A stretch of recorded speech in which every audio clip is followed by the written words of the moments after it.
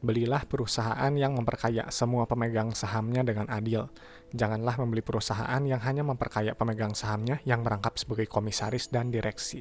Oke, jumpa lagi dengan Edwin di channel analisis laporan keuangan.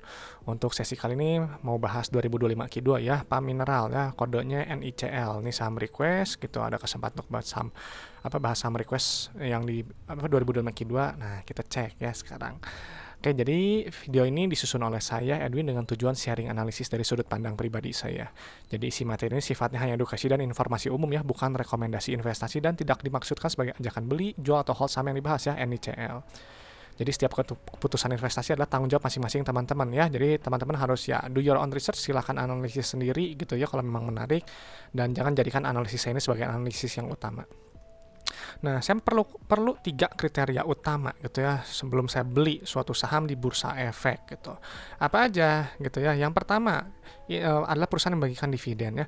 Kenapa harus bagi dividen perusahaan tersebut gitu? Karena perusahaan yang bagi dividen adalah perusahaan yang sudah terbukti untung dari bisnisnya gitu ya. Keuntungan itu nyata bisa dinikmati oleh kita pemegang sahamnya. Jadi bukan untung di atas kertas gitu. Dan pastinya perusahaan yang bagi dividen itu adalah perusahaan yang pro kepada pemegang saham gitu ya. Jadi kalau misalnya dia nggak bagi dividen bisa jadi hanya memperkaya segelintir pihak ya, mungkin petinggi perusahaan atau mungkin owner yang menjabat sebagai komisaris dan direksi gitu.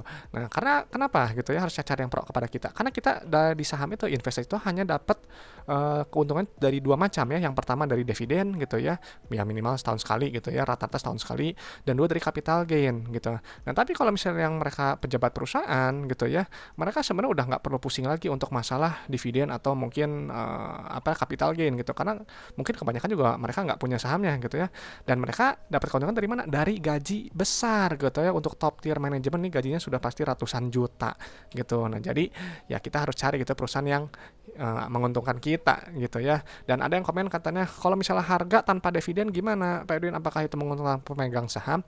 Ya gitu ya, saya bilang ya gitu, karena mungkin ownernya mungkin punya sentimen yang bagus gitu, jadi harga sahamnya naik. Dan kembali lagi ya, yang diuntungkan kan kembali pemegang sahamnya ya. Siapa yang nggak senang kalau lihat harga sahamnya yang terus naik gitu. Dan pastinya perusahaan yang bagi dividen itu adalah perusahaan yang punya kondisi bisnis yang sehat ya. Jadi kalau kondisi bisnisnya lagi rugi gitu ya, atau lagi utangnya terlalu besar, arus kasnya lagi susah, biasanya jarang sekali bagi dividen ya, karena perusahaan lebih memprioritaskan untuk bertahan hidup dulu, untuk survival ya, baru operasionalnya dulu mungkin. Nah, jadi pastinya kalau teman-teman udah tahu nih ada perusahaan yang bagus nih bagi dividen, punya kondisi bisnis yang sehat, pastikan tuh beli di bawah nilai wajar ya. Jadi jangan beli ketika harganya over value gitu ya, pada saat harga terlalu tinggi di pucuk gitu, jangan gitu, karena nanti akan rawan koreksi, rawan capital loss gitu kan, harganya turun gitu. Jadi teman-teman sebelum berinvestasi gitu ya, gunakan akal sehat Anda gitu. Jadi jangan FOMO, jangan ikut-ikutan gitu, hindari kalau misalnya too good to be true gitu ya, hati-hati terhadap rumor gitu, rekomendasi stock pick gitu, harus dianalisis lebih lanjut gitu ya. Dan juga jangan percaya kepada saya juga gitu. Jadi teman-teman itu harus analisis sendiri, harus punya alasan kuat di balik kenapa beli saham tersebut ya. Nah, jadi kalau saya memang ya biasa mengikuti konsep value investing gitu. Saya beli ketika harga sahamnya ini di bawah intrinsic value ya, PBV kurang dari 1, cicil beli, lalu jual saat PBV-nya kembali ke 1 atau mencapai 1, selesai gitu, atau take profit-nya nanti lebih lama, hold lebih lama kalau misalnya perusahaan ini kinerjanya bagus gitu ya. Jadi kalau kinerjanya bagus ya nggak apa-apa, hold lebih lama gitu ya, fleksibel gitu. Jadi kalau misalnya dari tabel nih ya, misal belinya di 0,8 ya profit cuma 25% ya, beli di 0,7 ya profit 42% ya, dan seterusnya gitu. Jadi memang yang saya lakukan ini nggak cari yang multi bagger, nggak cari yang untungnya ratusan persen gitu. Nah, jadi prinsipnya harus bagaimana ya, prinsipnya harus sabar ya, orientasinya gak panjang, nggak bisa kita jangka pendek untungnya besar gitu, nggak, itu perlu waktu biasanya.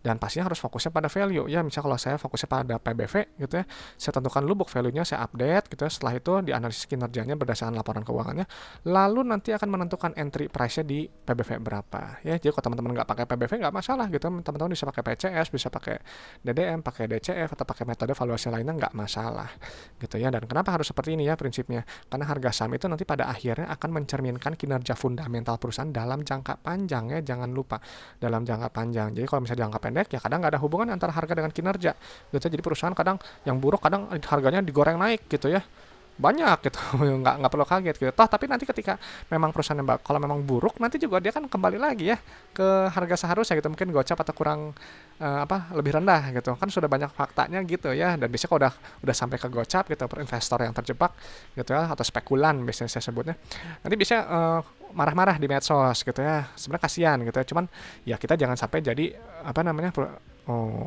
investor yang seperti itu gitu. Jadi kita memang sudah harus hati-hati dulu di awalnya memilih perusahaan. Nah, jadi gitu ya kalau saya memang pakai analisis fundamental ya khususnya di rasio di analisis laporan keuangan dan pakai rasio sama tadi pakai PBV ya. Simpel gitu. Jadi saya hanya covernya bagian ini aja gitu ya. Itu juga nggak lengkap gitu, nggak sepenuhnya saya bahas gitu. Jadi kalau teman-teman merasa ada yang kurang silahkan ya analisis sendiri gitu ya. Analisis yang dirasa belum cukup dari saya. Nah, jadi memang kalau dari laporan keuangan ya memang harus dipahami ya karena dari laporan keuangan tersebut ya neraca laba rugi dan arus kan nanti akan bercerita tentang kondisi perusahaan gitu ya, apakah lagi sehat atau lagi tidak gitu ya. Dan buat saya sendiri gitu ya nanti akan muncul 7 ciri perusahaan sehat gitu ya kalau misalnya dari menggunakan pos-pos yang digunakan ya di laporan keuangannya. Apa aja itu ya, yang pertama di bisnisnya sehat ya, uang kasnya nyata, ada likuiditas, keberlangsungan operasinya bagus, bisa bayar dividen, nggak bergantung utang terlalu besar gitu ya, terkontrol, bertumbuh berekspansi jangka panjang, menjaga kepercayaan kita investornya gitu dan juga kreditornya pasti gitu. Dan pasti kitanya sebagai investor nanti akan diuntungkan lewat valuasinya gitu ya, harga sahamnya cenderung naik kalau memang kinerjanya bagus gitu ya, dan juga stabil ketika ada penurunan jangka pendek, maka nanti dia akan kembali lagi atau mungkin naik lebih tinggi selama kita membeli itu nggak di harga yang terlalu tinggi ya, nggak di harga yang super premium. Jadi perhatikan harga beli kita. Dan nanti jadi dari si laporan keuangan ini si NICL nanti akan di screening ya pakai cara saya seperti biasa pakai 7 syarat gitu, apa aja: dividen, saldo laba, PBV, PR, dan pola arus kas ya. Nanti akan dipindahkan di Excel seperti ini gitu, dan teman-teman ini bisa download gratis ya, linknya ada di deskripsi video, passwordnya ALK Edwin. Nah gitu ya, kita langsung aja kita analisis NICL ya. NICL gitu. Nah ini NICL, ini kalau saya lihat gitu ya, ini memang setahun bagi dividen 3 kali ya. Ini bagus nih, 2024, 2024. Kita mungkin 2003 mungkin hanya 1 kali interimnya ya. Jadi bisa lebih dari 2 kali gitu ya. Ini perusahaan artinya bagus ya, perusahaannya terbukti untung, terbukti profit gitu ya. Jadi bisa dinikmati oleh kita keuntungannya gitu yang sudah dibagikan ya. Jadi ini sudah pasti lolos screening yang pertama gitu. Nah lalu gitu ya, kita langsung cek ke bagian kas tarakas ya. Kas tarakas ini lihat yang paling atasnya, ini masih rupiah ya. Ini cek 2025 Q2 udah benar ya. Nah ini nih harus dipindahkan ya kas tarakasnya. Kenapa? Karena kas tarakas ini adalah jumlah uang yang dimiliki perusahaan gitu. Jadi uangnya ini gitu ya nanti digunakan untuk bayar operasional, bayar ekspansi usaha, atau mungkin bayar pinjaman ke bank gitu. Jadi kalau misalnya jumlah terlalu sedikit nanti bisa terganggu salah satunya. Kalau jumlah terlalu banyak ya berarti perusahaan itu menumpuk kas terlalu besar ya gitu. Buat apa gitu ya kalau misalnya nggak bisa kita nikmati oleh pemegang sahamnya. Caranya gimana? Ya mungkin lewat dividen lebih besar atau lebih sering, atau bayar ekspansi usaha, atau mungkin bayar pinjaman ke bank yang masih ada gitu supaya beban bunganya semakin ringan, atau mungkin buyback saham aja gitu ya, supaya apa? Supaya ada nilai tambah untuk pemegang sahamnya gitu. Nah lalu kita cek langsung ke bagian saldo laba ya. Ini nih saldo laba yang ini. Nah ini saldo laba kenapa harus dipindahkan gitu ya, penting saldo laba ini karena saldo laba ini adalah total akumulasi keuntungan yang telah dihasilkan perusahaan seumur hidupnya gitu, dari dulu sampai sekarang 2025 Q2 gitu. Jadi si NICL ini gitu ya telah menghasilkan keuntungan itu sebesar berapa? Ini berapa nih, 1 juta miliar, 300 miliar gitu ya. Dari dulu sampai sekarang udah total profit 300 miliar, dan ini di luar dividen yang dibagikan ya. Berarti perusahaan memang sudah terbukti untung gitu. Kalau perusahaan yang rugi terus dia nggak punya saldo laba, pasti saldo labanya negatif atau akumulasi kerugian atau defisit gitu ya. Jadi hati-hati sama perusahaan yang defisit gitu ya, rugi melulu gitu. Kalau saya nggak cari perusahaan yang rugi terus ya, karena ya rawan nanti akan menggerus modal dan juga nanti ya akan bergantung sama pinjaman gitu ya, harus suntik modal lagi, harus minjam ke bank lagi, beban bunga makin besar gitu. Dan setelah ini kita langsung cek ke bagian ekuitas pemilik yang ini. Nah, tunggu ya. Tinggal yang KNP-nya juga diisi juga ya biar nilainya utuh.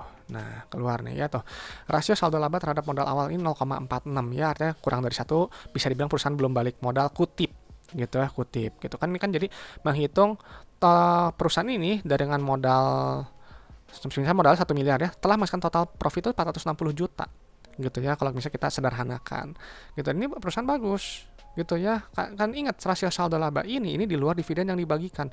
Jadi kalau misalnya ini dimasukkan kembali ke saldo laba, mungkin nilai udah mencapai 1 gitu, udah balik modal. Kan analoginya jadi teman-teman punya modal 1 miliar gitu ya. Kalau nilainya 0,46 kan berarti profitnya 460 juta. Tapi kalau 1 udah berapa? 1 miliar juga udah balik modal gitu. Cuman nggak masalah gitu, dia membagikan gitu, dia mempertahankan di bawah mungkin 1 ya, karena mungkin kelebihan kasnya nggak guna kalau disimpan gitu, jadi mungkin dibagikan aja lewat dividen gitu. Ini perusahaan bagus berarti ya, menarik. Ini yang sepertinya mirip kayak Sido yang saya ingat ya, Sido atau Rals juga kalau nggak salah sama deh kayak gini ya. Coba nanti dicek lagi aja. Nah ini lihat nih ya, ada PBV-nya nih 11 ya. Jadi ini memang harganya buat saya sih premium ya, karena saya cari yang kurang dari 1 gitu. Cuman nggak tahu nih buat teman-teman menarik kan dengan PBV 11 ya.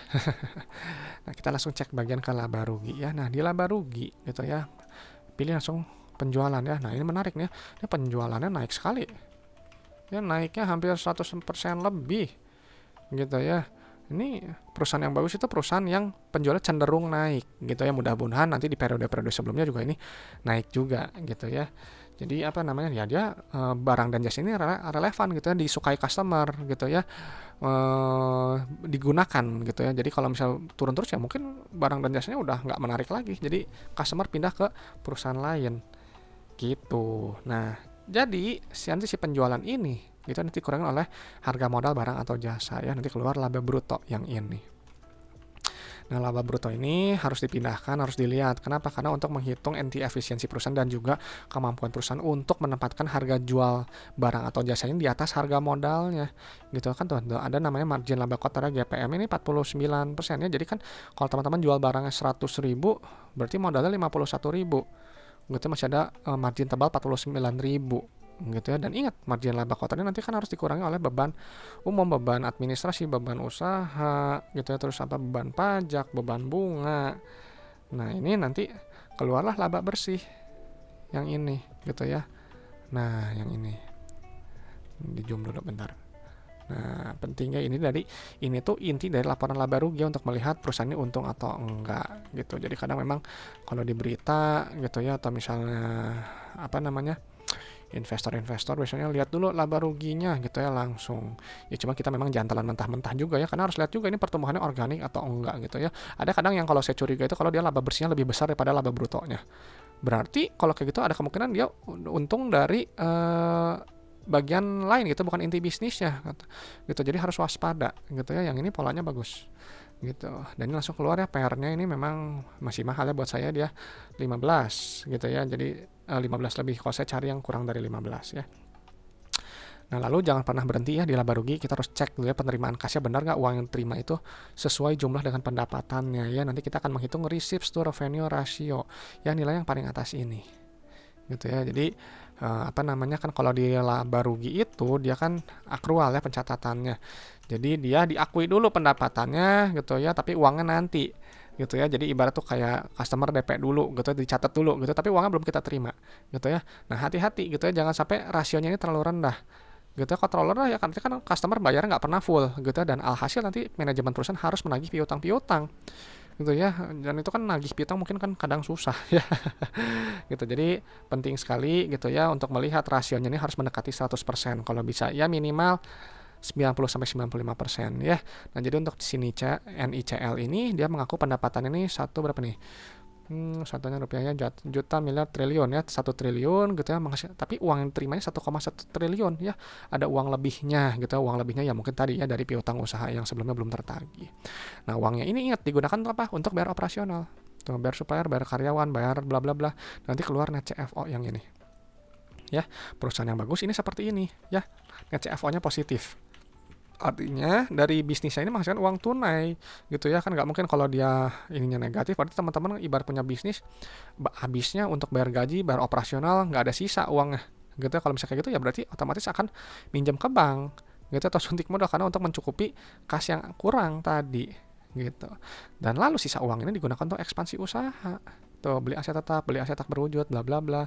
Tuh nilainya negatif ya, ini bagus ya. Dan ini memang menarikkan, CFO-nya ini naik besar ya, drastis cut gitu katanya. Ini bagus ya, dan ini juga untuk ekspansinya juga dia jadi bisa lebih agresif. Nah ya ini bagus. Jadi nilai negatif gitu. Kalau saya cari yang negatif ya artinya perusahaan semakin lama semakin besar gitu. Lalu kita cek di bagian ini pendanaannya atau bayar pinjaman. Nah di sini kita ya lihat cuma ada dividen sama utang sewa pembiayaannya. Berarti di sini kan nggak ada pembayaran pinjaman ke bank gitu ya biasanya gitu. Kadang misalnya kalau misalnya dia ada pinjaman ke bank ya memang dia ditulis ya bayar pinjaman ke bank gitu. Cuman uniknya di sini ada pembayaran beban keuangan ya, ini beban uang nggak ada catatannya gitu ya. Cuma nanti kita lihat aja sekilas ya. Ini nilai negatif ya. Harus negatif seperti ini yang bagusnya gitu. Karena apa ya? Artinya perusahaan itu berusaha melunasi pinjaman yang ada gitu ya. Kalau misalnya dia nilainya plus, dia artinya perusahaan semakin menambah pinjaman ya. Nggak selalu buruk gitu, cuman yang penting terkontrol gitu ya. Dan uniknya si perusahaan ini CFO-nya plus, udah ekspansi gitu, udah bayar dividen semuanya, ada sisa uang kas gitu naik gitu ya. Ini perusahaan yang bagus ya. Nah, coba kita cek dulu nih ada utang bank nggak ya ini. Penasaran ya. Cek dulu liabilitas utang usaha biaya yang harus dibayar. Nah, ini utang sewa pembiayaan. Ini ya, leasing. Ini kali mungkin gitu ya. Bisa jadi gitu ya. Ini liabilitas 150. Nah, ini kecil ya, daerah kecil gitu ya, rasio lancarnya 589. Ini juga kecil ya, rasio lancarnya juga. Jadi ini bisa dibilang ya rendah resiko lah gitu ya untuk jangka pendek dan jangka panjang gitu. Dan jadi pendapat NICL gimana? Ya perusahaan ini jelas ya menariknya karena dia bagi dividen gitu 3 tahun ke belakang gitu, ada mungkin juga udah bayar interim ya untuk 2025 sekarang juga bagus ini perusahaannya terbukti profit ya, meskipun rasio saldo laba terhadap modal awalnya ini kurang dari 1 ya, cuman ingat ini kan di luar dividen ya, jadi tetap bagus. Dan ini memang sesuai ya mungkin dengan kinerja sekarang ya, PBV-nya 11, ya memang mungkin wajar kita market menghargainya sekian sesuai kinerja. Nah, coba kalau saya cari yang kurang dari 1. Pairnya juga ini ya mungkin wajar mungkin ya untuk market gitu. Cuma saya cari yang di bawah 15 ya. Masih agak kemahalan buat saya. Dan secara untuk manajemen kasnya sangat baik ya. CFO-nya plus, min dan ada kenaikan setara kas, dan untuk rasio lancar dan rasio DER-nya juga ini rendah gitu. Jadi cukup ya rendah resiko saya rasa gitu ya. Nah, nggak tahu nih untuk teman-teman NICL ini menarik atau enggak ya. Jadi kalau dirasa teman-teman menarik silahkan analisis sendiri ya, analisis lebih lanjut gitu, dan boleh juga kasih pendapatnya ya di kolom komentar gitu untuk supaya teman-teman yang lain juga tahu. Oke teman-teman, itu aja mungkin sharing saya dari NICL gitu ya, semoga bermanfaat, semoga bisa memperkaya pandangan teman-teman dalam menilai suatu perusahaan gitu. Oke teman-teman, saya Edwin dari channel Analisis Laporan Keuangan, sampai jumpa di video-video berikutnya.